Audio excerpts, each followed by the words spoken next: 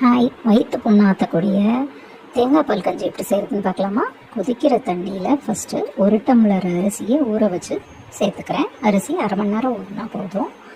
இந்த அரிசி தண்ணியில் நல்லா குழைய வேக விடணும்.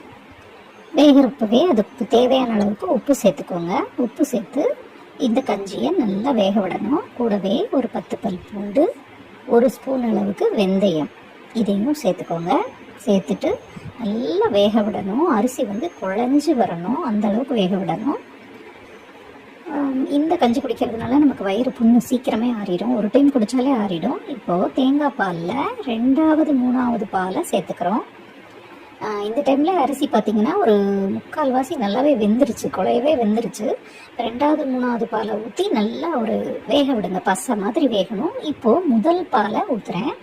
தேங்காய் பாலில் ஃபஸ்ட்டு டைம் இருக்கக்கூடிய முதல் பாலை சேர்த்து கிண்டிட்டு, இதுக்கப்புறம் ரொம்ப நேரம் அடுப்பில் இருக்கக்கூடாது, பால் தெரிஞ்சு போயிடும். நல்ல குழைவாக நமக்கு சாப்பிட்றதுக்கு ஏற்ற பதத்துக்கு வச்சு அடுப்பை ஆஃப் பண்ணிட வேண்டியதான், அவ்வளோதான்.